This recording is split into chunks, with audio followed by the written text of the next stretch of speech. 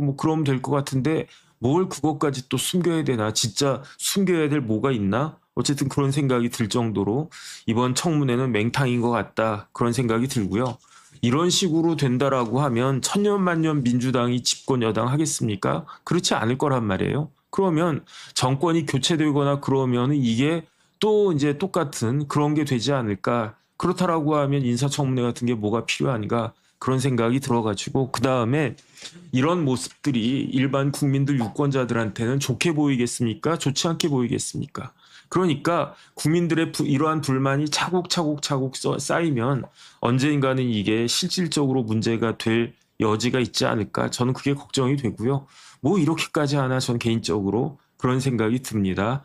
그런데 한명숙 총리는요. 그 한성숙 총리는 이름이 비슷해가지고 만약에 한성숙 총리 후보자가 총리가 된다라고 하면은 여러 가지 기록이 있어요. 첫 번째 기록은 뭐냐면은 그 20년 만에 여성 총리입니다. 한성숙 총리가 총리가 된다라고 하면 최초의 여성 총리는 아니고 몇 번째 여성 총리가 되느냐? 우리나라 역사상 두 번째 여성 총리가 되는 겁니다. 최초의 여성 총리는 한명숙 씨였고요.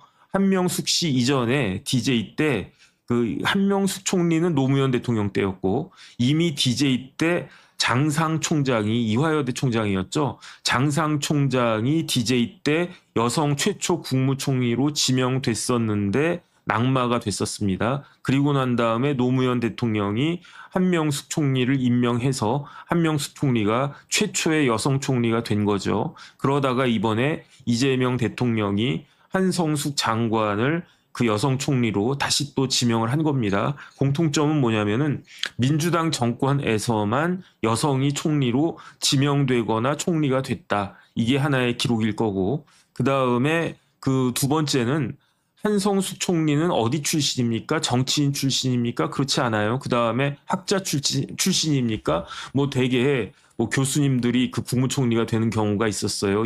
얼마 전에 돌아가신 이용구 총리도 그 정치학자였고, 그 다음에 정원식 총리도 교육학자였고, 그 다음에 뭐 장상 총리는 되지 않았지만 마찬가지로 이대 총장이었고, 그래서 학자 출신들이 국무총리가 되는 경우가 왕왕 있었는데, 그런데 오히려 제일 총리가 되지 못한 직업군이 어떤 직업군이었냐면은 기업인들이었어요.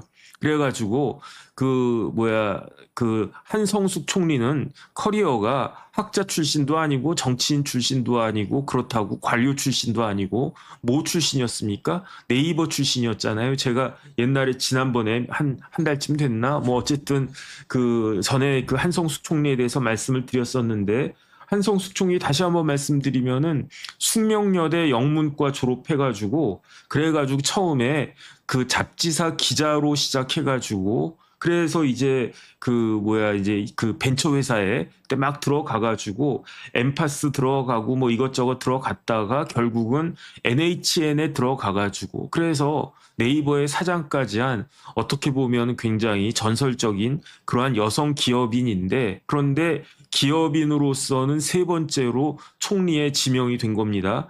최초로 기업인을 국무총리로 그 지명한 사람은 누구였냐면 전두환 대통령이었어요. 전두환 대통령이 유창순 씨를 그 국무총리로 기용을 했고 두 번째는 누구였냐면 그 유명한 박태준 포철 회장이었어요. 그 포철의 박태준 회장을 국무총리로 임명한 사람이 누굽니까? 그 사람이 바로 DJ 대통령이었고 이번에 그 네이버 출신의 한성숙 장관을 국무총리로 이재명 대통령이 임명한 거니까 이것도 이제 기록이라고 할 수 있고 그 다음에 최초와 최고의 기록을 이제 드디어 한성숙 총리 후보자가 총리가 된다라고 하면 갖게 되는데 최초의 기록 중에 하나는 뭐냐면은 첫 번째 한성숙 총리는요 결혼을 안 했대요. 한성숙 총리 후보자가 나이가 저랑 같고 학번은 저보다 하나 위든데 나이는 저랑 같거든요. 그런데 아직까지도 미혼이래요. 우리나라의 그 많은 국무총리 여태까지 국무총리가 49명인가 있었던 것 같아요. 그러니까 요번에 한성숙 총리가 후보자가 총리가 되면 제 50대 총리가 되는 것 같은데 그런데 그 많은 총리 중에 결혼하지 않았던 분은 처음이었다는 이야기인 거죠. 물론 우리나라에는 미혼 대통령은 있었습니다. 누가 미혼이었습니까? 박근혜 전 대통령이 미혼이었죠. 그런데 총리는 미혼이 없었는데 한성숙 총리가 된다라고 하면 첫 번째 미혼 총리가 되는 거고, 그 다음에 두 번째는 제가 좀 전에 말씀드렸다시피 최초의 여성 기업인 출신의 총리가 될 거고요. 그 다음에 제일 중요한 건 뭐냐면 우리나라의 총리가 50번째 50대 총리가 됐는데, 그런데 역대 최고 부자가 누구였느냐? 바로 한성숙 총리가 된다라고 하면 이 기록을 뭐 옛날에 진대제 그때는 장관이었구나. 어쨌든 총리도 마찬가지일 겁니다. 장관 중에서도 제일 그 돈이 많았던 사람이 한성숙 장관이었는데, 진대제 장관의 기록을 유인촌 장관이 깼고 유인촌 장관의 기록을 한성숙 장관이 깼는데, 그런데 총리로서는 돈이 제일 많은 분이 되나? 왜냐하면 지금 보니까 박태준 총리가 계시고 그래가지고, 근데 박태준 총리가 개인 재산이 그렇게까지 많이 있었나? 어쨌든 제 생각에는 역대 최고 부자가 총리로서는 역대 최고 부자가 한성숙 총리가 되지 않을까 그런 생각이 듭니다. 그래가지고 아이고 뭐 부럽다. 일단 저는 개인적으로 부럽다는 생각이 많이 듭니다. 저도 돈이 많았으면 좋겠어요. 뭐 그런데 뭐 어쨌든 뭐 저랑 나이도 같으신데 재산은 저보다 훨씬 더 많이 많으시네. 여러 가지로 저보다 훌륭하신 것 같다는 그런 개인적인 생각을 하는데, 그런데 중요한 건 뭐냐면은 한성숙 총리에 대해서 재산이 3번이 나왔었어요. 한성숙 총리에 대한 재산이 3번 나왔는데 첫 번째 공개된 재산은 언제였느냐? 2025년 6월 달이었어요. 그때는 장관 후보자가 됐었으니까 이제 장관이 되려고 하면 이것저것 고위공직자니까 재산이 공개되어야 되지 않겠습니까? 그래서 작년 6월에 이재명 대통령이 취임한 다음에 한성숙 전 네이버 대표를 중소벤처기업부 장관으로 지명을 했고, 그래가지고 재산이 딱 공개가 됐는데, 그때 재산이 얼마였느냐? 2025년 6월 현재 재산이 182억이었어요. 그래서 와, 이거 어마어마하게 많구나. 돈 진짜 많네. 그런데 뭐 그럴 수 있겠다. 왜 그럴 수 있습니까? 연봉이 30억이었대잖아요. 연봉이 30억이면 뭐 6년 모으면 180억이지 뭐. 그러니까 뭐 그럴만하다 그랬는데, 그런데 놀라지 마시라. 이 182억이 재산의 전부가 아니라는 거예요. 그럼 뭐가 있다는 겁니까? 스탁 옵션하고 그다음 뭐 기타 뭐 이것저것 다 합치면은, 그러면은 재산이 얼마가 되느냐? 441억이 된다고 그랬어요. 스탁 옵션이 254억 4천만 원이고, 그러니까 네이버로부터 받을 스탁 옵션이 드러난 공개된 재산 182억보다도 한 70억 이상이 더 많은 거예요. 그 다음에 RSU라고 양도 제한 조건부 주식이 있다고 그러지 않았습니까? 그것만 해도 4억 4천만 원이고, 이것저것 다 합치면요, 실질적인 한성숙 장관의 재산은 얼마였다? 441억 원이었다는 거예요. 역대 최고 부자였다는 거죠.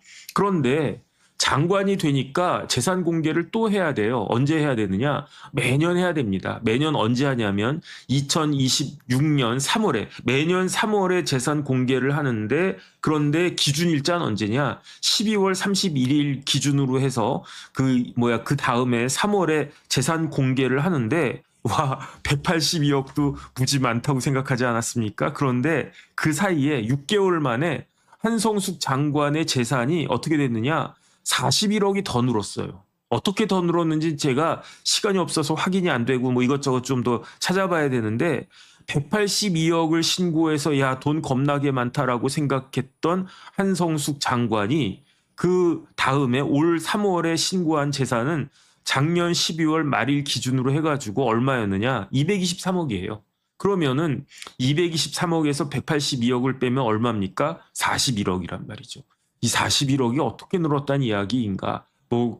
물론 이렇게 뭐 꼼수를 부리거나 그러진 않았을 것 같고, 뭐 주가가 많이 올랐나? 뭐 그럴 수도 있고, 그 다음에 그 주택에 대한 평가 금액이 좀 올랐나? 뭐 그랬을 수도 있고 한데, 어쨌든 41억이 늘어나는 거예요. 그리고 난 다음에 한성숙 장관은 만약에 중소벤처기업부 장관을 쭉 하고 있었으면은 내년 3월에 다시 재산 공개를 했으면 됐었을 텐데, 이번에 국무총리로 지명이 됐으니까 또 인사청문회 해야 되지 않습니까? 그러니까 또 재산 내역을 공개를 해야 되는데 그래가지고 올 6월 달에 그 며칠 전에 재산이 공개가 됐는데 그 사이에 재산이 또 늘었어. 얼마가 늘었냐면 31억이 또 늘었어.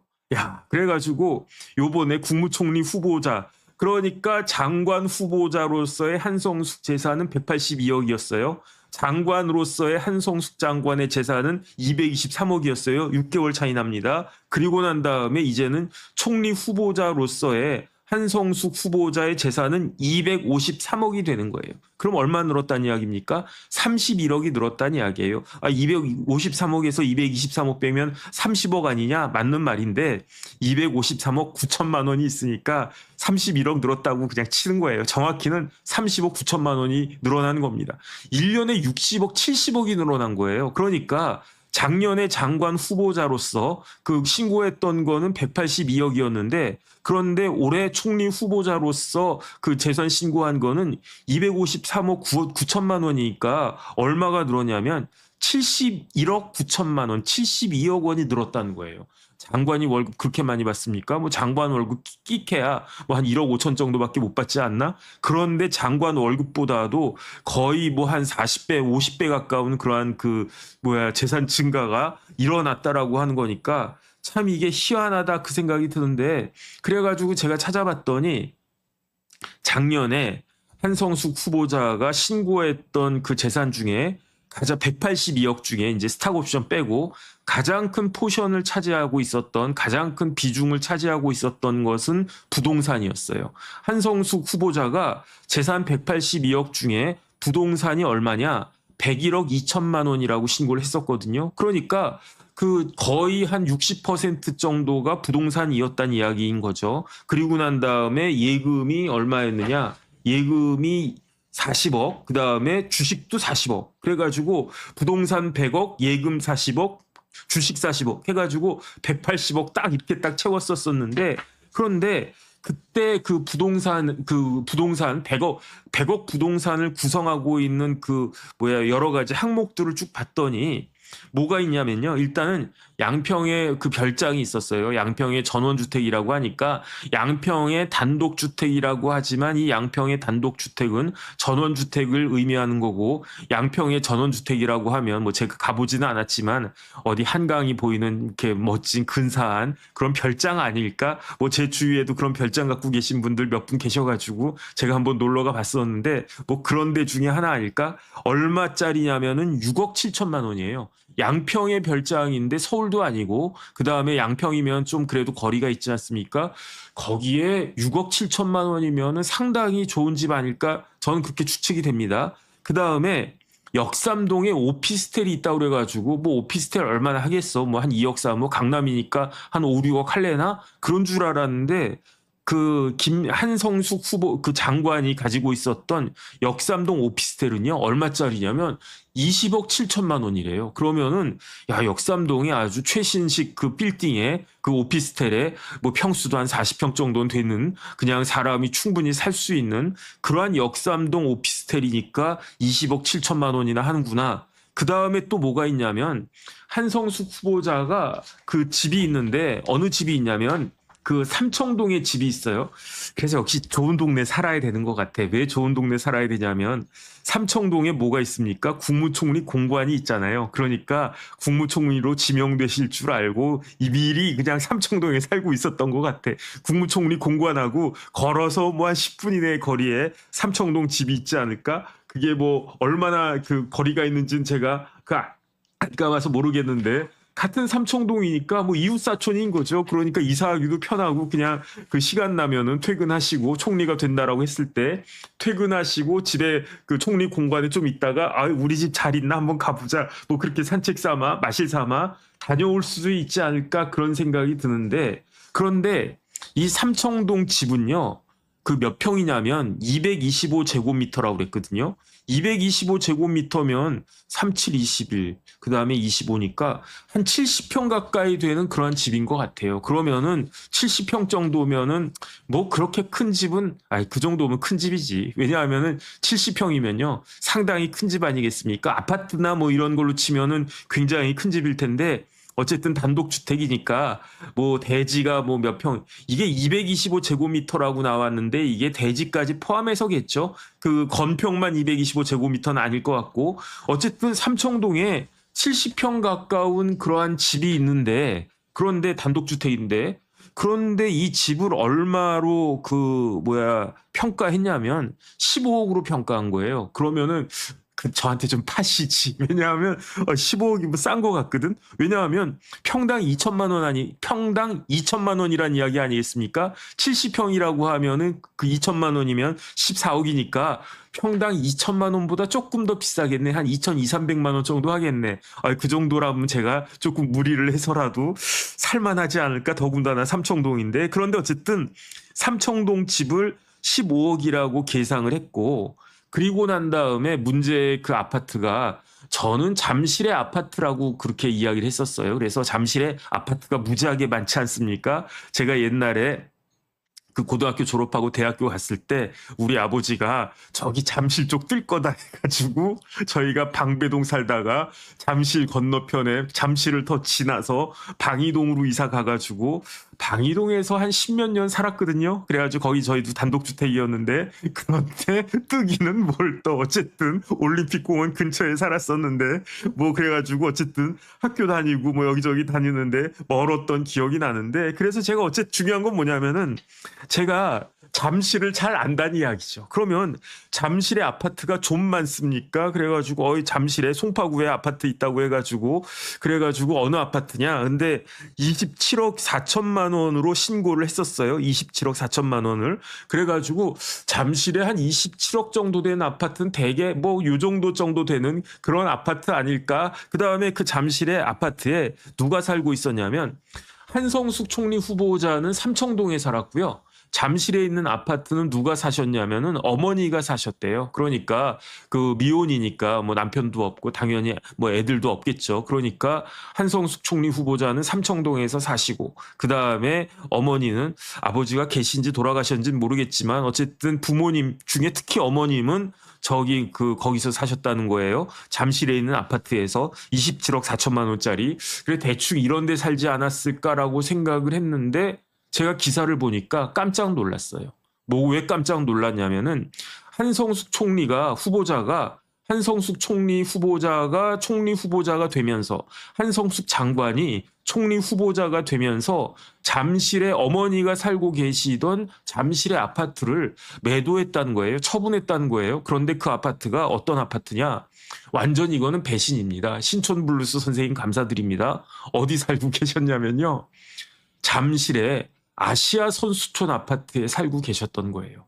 이야, 제가 아시아 선수촌 아파트를 진짜로 얼마나 좋은 데인지 제가 잘 알거든요. 왜냐하면 제가 한 10년 동안 교회를 어디를 다녔냐면 주님의 교회를 다녔어요. 주님의 교회가 어디 있냐면 정신여고에 있거든요. 정신여고에 주님의 교회가 그 강당을 지어주고, 평일에는 이제 고등학생들 정신여고, 여중 정신여고 학생들 강당으로 사용하다가, 그러다가 일요일에는, 주일에는 예배당으로 사용하는 그런 컨셉으로 하는 그 교회가 주님의 교회거든요. 제가 주님의 교회 오래 다녔어요. 그 다음에 그때 이제 이재철 목사님 계셨고, 그때 권사님들이 저보고 막 되게 이뻐해 주시고, 그래가지고 제 느낌으로는 제가 장가 간다라고 하니까 권사님들이 조금 요만큼 좀 서운해 하셨던 권사님들도 혹시 계시지 않았을까라는 착각도 제가 하고 있고, 그 다음에 제가 결혼식을요, 정신여고에서 했어요. 주님의 교회 강당에서 했었거든요. 그래서 제가 잘 아는데, 정신여고가 어디 있습니까? 그 아시아 선수촌 아파트 바로 앞에 있어요. 그래가지고 옛날에 주님의 교회 다닐 때에는 이제 예배 끝나고 그 앞에 공원도 있고 또 아파트 단지도 있고 해가지고 거기 뭐 산책도 하고, 야, 여기 진짜 좋다. 여기에 서울에 이런 아파트가 있구나. 막 그렇게 제가 그 생각을 했었고, 그런 생각을 저만 했습니까? 대부분의 사람들이 그렇게 생각했었어가지고요. 지금에야 뭐 비싼 아파트들 굉장히 많이 생겼지만 옛날에는 잠실 아시아 선수촌 아파트가 우리나라에서 제일 비싼 아파트 중에 하나였단 말이에요. 그런데 한성숙 후보자가 소유했다라고 하는 잠실 아파트가 그게 아시아 선수촌 아파트였다는 거예요. 그런데 그 아시아 선수촌 아파트가 27억 4천만 원으로 신고한 거예요. 제가 알고 있기로는 아시아 선수촌 아파트의 가장 작은 평수도, 아시아 선수촌 아파트는요 평수가 크단 말이에요. 제 기억에 찾아보지 않았는데 제일 작은 평수가 한 35평 정도 됐던 것 같아요. 왜냐하면 나도 나중에 돈 많이 벌면 그 아시아 선수촌 아파트로 이사 갈 수 있으면 좋겠다 생각을 했는데, 제일 작은 평수가 제 기억에 35평이었던 것 같아요. 그리고 난 다음에 큰 평수는 막 60평도 있고 막 뭐 그랬었던 것 같은데, 아시아 선수촌 아파트의 가장 작은 평수도 27억 4천만 원보다는 훨씬 비쌀 텐데 이게 뭐야? 딱 그 생각을 했었는데, 어쨌든 한성숙 후보자가 아시아 선수촌 아파트를 갖고 있었는데 그게 몇 평이냐? 제일 작은 평수도 아니고 전용 면적 151제곱미터라고 하니까 이거는 제가 봤을 때 50평이 넘는, 전용 면적이 151제곱미터면 분양 면적은 그거보다 크지 않습니까? 50몇 평짜리를 갖고 있었다는 이야기예요. 그런데 그 50몇 평짜리가 어떻게 지금 같은 세상에 27억 4천만 원이 될 수가 있겠는가? 이거는 말도 안 된다. 저는 그 생각이 듭니다. 그런데 아니나 다를까 한성숙 그 장관이, 그 총리 후보자가 이 아시아 선수촌 아파트를 팔았다는 거예요. 얼마에 팔았습니까? 27억 4천만 원에 팔았습니까? 그 사이에 조금 올라가지고 한 30억에 팔았습니까? 그렇지 않아요. 얼마에 팔았냐면요. 52억에 판 거예요. 52억에. 그러면은 신고한 건 얼마라고요? 27억 4천만 원. 판 건 얼마라고요? 실질적으로 52억. 이거는 잘못된 거 아니겠습니까? 이거는 도대체 무슨 기준으로 이렇게 그 이따구로 진짜 신고를 했는지 저로서는 납득이 되지가 않아요. 왜냐하면 이 그 고위 공직자가 재산을 신고하라고 하는 근거법은 뭐냐면 그거는 그 공직자 윤리법이거든요. 제가 몇 번 찾아봤는데 방송하고 또 이런 일들이 있으니까 뭐로 그 어떤 기준으로 신고하도록 되어 있습니까? 이거는 실거래가 시세 기준으로 신고를 했었어야 됐는데 도대체 무엇을 근거로 해가지고 27억 4천만 원을 신고를 갖다가 했느냐?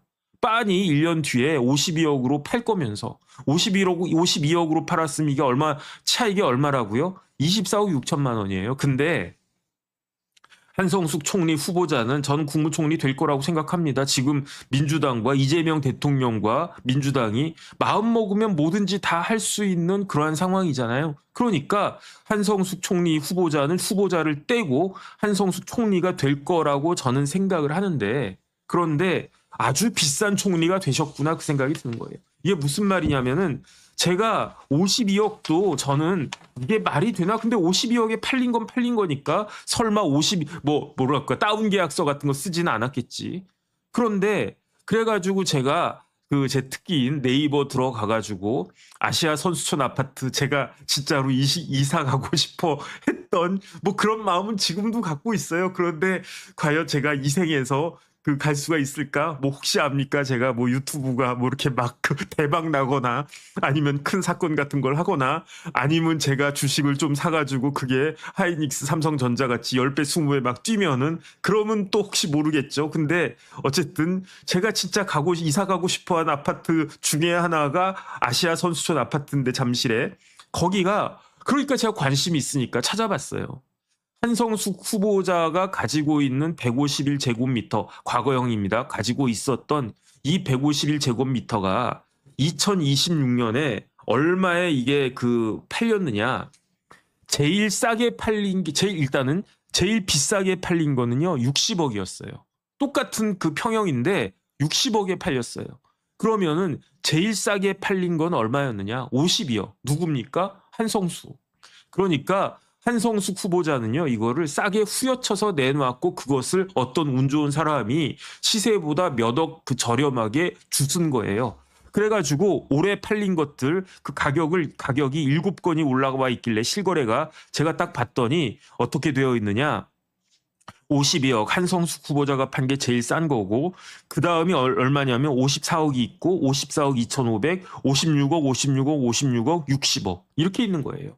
그러니까 평균적으로 한 56억 정도에 팔린 게 지금까지는 그러했고 비싼 데는 60억까지 팔렸어요. 그 다음에 중요한 거는 지금 시세 아니겠습니까? 지금 시세를 보려면 뭐를 봐야 되냐면 매물을 봐야 되잖아요. 그런데 매물을 봤더니 매물 중에 제일 싸게 나와 있는 매물은 57억 9천만 원에 나와 있고요. 매물이 대부분 얼마에 나와 있느냐? 60억에 나와 있는 물건이 4개나 있고 제일 비싼 거는 61억인데 61억이 2건이 나와 있어요. 그러니까 한성숙 후보자가 국무총리 안 하겠다 예컨대 내가 지금 중소벤처기업부 장관이에요. 그래서 장관하면서 아 장관 놀이 재밌네 이러고 있는데 그러면서 야씨 뭐죠 그 모두의 창업이 뭐 그런 거 한번 잘해보자 뭐 이러고 있었는데 그런데 그 뭐 저기 청와대에서 전화 온 거예요. 한 장관님 혹시 총리하실 생각이 있으세요? 없는데요. 저는 지금 중기부 장관 너무 좋은데요. 그랬는데 갑자기 모두의 창업에 빵꾸가 났다는 거야. 그 탈탈 털렸다는 거야. 그러면 장관 그만둬야 되겠네. 그래가지고 전화한 거예요. 뭐 비서실장인지 누군지 뭐 인사수석인지 누군지 모르겠지만 어쨌든 실장님 그러면서 저 장관 저 그 중기부 중소벤처기업부 장관 그만하고 총리 하겠습니다라고 딱 이야기를 하고 그리고 나서 보니까 뭐가 있느냐. 집을 팔아야지. 집을 4채나 갖고 있는데 한 채 빼고는 다 정리를 해야지 총리가 될 수 있습니다라고 청와대에서 이야기가 딱 나오지 않았겠습니까? 그러니까 눈물을 머금고 집을 갖다가 판 거예요. 지금까지 들고 있었으면은 미니멈 8억 이상의 차익을 더 챙길 수 있었는데 그럼에도 불구하고 어쩔 수 없이 눈물을 머금고 집을 팔았다라고 하니까 그러니까 한성숙 총리는 그 총리 한번 하려고 8억 이상의 기회 비용을 날린 것이 아닌가 저는 개인적으로 그런 생각을 갖다가 합니다. 그런데 이거 조금 이따가 말씀드리겠지만 이 잠실에 그 아시아 선수촌 전용 151제곱미터의 이 아파트를 한성숙 후보자는 그냥 말하는 게 그러니까 한성숙 후보자라고 하겠습니다. 그게 제일 정확하니까 한성숙 후보자는요 얼마에 샀냐면 22억 5천만 원에 샀어요. 언제 22억 5천만 원에 샀냐면 2006년 10월 25일에 22억 5천만 원에 샀어요. 그런데 언제 팔았냐면 2026년 5월 6일에 계약을 했어요. 그리고 난 다음에 5월 27일 지난달 27일에 지금으로부터 딱 한 달 전에 등기까지 넘겨줬어요. 그러니까 그 잠실 아시아 선수촌 아파트의 소유권은 이제 매수인한테 넘어간 겁니다. 더 이상 한성숙 후보자의 아파트가 아닙니다. 그런데 왜 그 5월에 이렇게 계약을 했었을까요? 그거는 그 이른바 장특공 양도세 중과가 종료되는 시점이 5월 9일이었단 말이죠. 그러니까 총리로 지명될 줄 알았나 몰랐나 그거는 모르겠는데 어쨌든 지금 이런저런 눈총이 계속 있었을 것 같아요. 그래가지고 더군다나 지금 정부에서 장특공까지 폐지한다라고 하니까 그러니까 아시아 선수촌 아파트를 정리해야 되겠다라고 생각을 했었던 것 같고 미리 언질이 있었는지 그렇지 않았는지는 모르겠어요. 왜냐하면 국무총리로 지명된 거는 6월 7일이었거든요. 그런데 국무총리로 지명되기 딱 한 달 전인 5월 6일에 계약을 했었으니까 그러니까 알았을 수도 있고 몰랐을 수도 있고 한데 어쨌든 52억에 이렇게 이제 그 처분을 갖다 하고 등기까지 그냥 후다다닥 그냥 원래 그 계약하고 계약금하고 중도금하고 잔금하고 하면 최소한 한 3개월 정도 그건 있었을 텐데 이렇게 한 달 만에 한 달도 아니에요. 20일 만에 등기까지 칠 정도로 후다다닥 해야 될 그러한 사정이 있었는데 그 사정이 국무총리로 지명될 걸 알았는지 몰랐는지 그건 모르겠는데 어쨌든 개인적인 사정이 있었다는 건 사실이에요. 그런데 중요한 건 뭐냐면은 그러니까 한성숙 후보자가 아시아 선수촌 151제곱미터를 소유한 기간은 얼마다? 딱 20년이에요. 20년하고 한 6개월 정도 되는 겁니다. 그런데 20년하고 5개월이겠네요. 그런데 가격이 얼마가 올랐다고요? 22억 5천만 원에 샀는데 52억이 됐다고요. 30억이 올랐습니다. 2006년에 샀으니까 보유한 기간은 얼마입니까? 20년이에요. 얼마가 올랐다고요? 30억이 올랐다. 1년에 평균 얼마 올랐다는 이야기입니까? 1억 5천만 원 올랐다는 이야기예요. 그런데 52억이 제값입니까? 그렇지가 않아요. 제가 보니까 이 아파트의 제값은 얼마였느냐? 60억이었어요. 60억. 미니멈 아니면은 한성숙 후보자하고 같은 날 그 151제곱미터가 두 채가 팔렸어요. 하나는 한성숙 또 하나는 누군지 모르겠는데 그런데 그날 팔렸던 거는 얼마였느냐? 56억이었다는 이야기예요. 그러니까 한성숙 후보자는 같은 날 다른 사람보다 물론 정보의 비대칭성이 있었으니까 몰랐을 수도 있었지. 그러니까 4억 차이가 난 거예요. 그러니까 쉽게 말하면은 그 아시아 선수촌 151제곱미터를 기준으로 했을 때 이 아파트는 한성숙이 이것을 구입했을 때보다 지금 20년 동안에 1년에 평균 1억 5천만 원씩 따박따박 늘어났다는 이야기예요. 그러면 한성숙 후보자는 이것을 뭐 투기를 한 겁니까? 아닌 겁니까? 그거는 모르겠는데 투기할 그 의도까지는 없었다라고 저는 생각을 해요. 예컨대 만약에 전업주부이고 뭐 아무것도 안 하는데 어떻게 내가 돈 좀 벌어야 되겠다 해가지고 야, 이 아파트 잠실에 아시아 선수촌 아파트 일단은 뭐 빨리 사자 해가지고 뭐 대출도 한 15억 정도 끼고 맞게 샀는데 그리고 난 게 이게 30억이 올랐다. 아, 그럼 이건 투기 의도가 농후하다고 보여지지. 하지만은 한성숙은 어떤 사람이었다고요? 네이버에 잘 나가는 임원이었고 사장까지 한 사람이니까 굳이 투기할 만한 마음이 없었을 거라고 전 생각하고요. 그렇게 믿고요. 그럴 시간도 없었을 거라고 생각하는데 결과적으로 1년에 1억 5천만 원씩 따박따박 30억을 갖다가 벌었다. 이거는 어쩔 수 없는 누가 뭐라고 해도 명백한 그러한 팩트가 아니었느냐. 저는 개인적으로 그런 생각을 갖다가 합니다. 어쨌든 이런 와중에 이제 어제 그게 있었어요. 뭐가 있었냐면은 그 시간이 빨리 해야 되겠네. 어제 그 뭐야 인사청문회가 있었어요. 국민의힘의 김선교 의원이 뭐라고 그 질문을 갖다가 했냐면 그 후보자님 그러면서 대통령께서 이재명 대통령께서 국무회의에서 용지 복사하는 직원도 다주택자는 안 된다라고 말씀하셨어요. 그러면서 다주택자에게 마귀라고 하는 단어를 쓴 것을 기억합니까? 집을 팔았으니까 이제 마귀에서 사람이 되었겠네요? 이렇게 물어본 거예요. 그러니까 이재명 대통령이 국무회의에서 김선교 의원의 말에 의하면은 이재명 대통령이 지난 국무회의에서 2월달 국무회의에서 그 용지를 복사하는 직원도 다주택자는 안 된다. 이 국무회의에 이게 백업해주는 뭐 직원들 있지 않겠습니까? 그래봤자 뭐 지금 국무회의 백업하는 직원이 최소한 과장급 이상은 되지 않을까? 정부 부처에 그 정도는 돼야 국무회의에서 뭐 이렇게 용지 복사하고 그러지. 뭐 저기 이렇게 하급 그 하위직 공무원들이 하지는 않을 거 아닙니까? 어쨌든 용지를 복사하는 직원도 우리 국무회의에 들어오려면 집 팔고 다주택자가 되면 안 된다. 이렇게 이야기했었어요. 그러면서 이재명 대통령이 다주택자에게 심지어 다주택자는 마귀다라고 이야기한 거를 기억합니까? 기억해야 되죠. 왜 기억해야 됩니까? 한성숙 후보자는 뭐 어디 뭐 네이버 있다가 총리가 되는 겁니까? 아니면 무슨 어디 숙명여대 총장하다가 총리가 되는 겁니까? 아니면 뭐 어디 무슨 뭐 공무원 하다가 그게 총리가 되는 겁니까? 아니 국무위원 하다가 국무총리로 그 지금 지명이 된 거잖아요. 그러니까 이재명 대통령이 용지복사 직원도 다주택자는 안 된다. 우리 정권에서는 이 이야기했을 때 그때 그 국무회의에 참석했던 사람이 그게 누구였느냐. 그 사람이 바로 그 한성숙 중기부 장관 아니었습니까? 그러니까 당연히 기억해야지. 네이버 사장도 하고 장관까지 하고 계신 분이 그걸 기억 못하면 되겠습니까? 얼마나 된다고? 뭐 저같이 뭐 이렇게 평범한 아무것도 아닌 그런 변호사라고 하면 딴짓하고 있다가 뭐 그런 이야기가 있었나 없었나 그럴 수 있을지 몰라도 한성숙 장관은 당연히 기억했었을 거예요. 그러면서 그 김선교 의원이 뭐라고 이야기했냐면 아니 한성숙 후보자가 집 다 팔았다네? 그러면은 집이 많으면 마귀라고 대통령이 이야기했는데 집 세 채 팔고 이제 삼청동 사는 집 하나만 남았으면 이제 사람이 된 거네?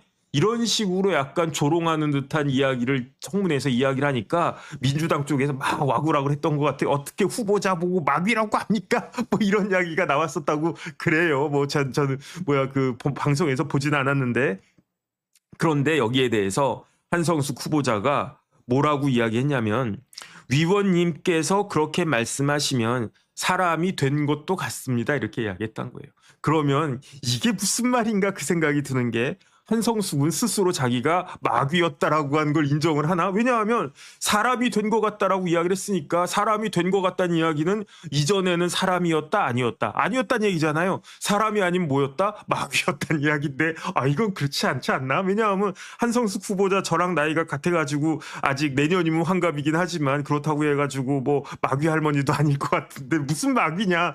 저 같으면 만약에 제가 그 한성숙 후보자였다고 그러면 위원님 무슨 말씀을 그렇게 하십니까? 제가 마귀입니까? 이렇게 이야기하고 싶었겠지만 그럴 수도 없었을 거예요. 왜냐하면은 이재명 대통령이 다주택자는 마귀인 것처럼 비슷한 이야기를 했었으니까 그것을 기대하고 김선교 의원은 그렇게 준비하지 않았을까 싶어요. 만약에 제가 김선교 의원이었다라고 하면 마귀 아니었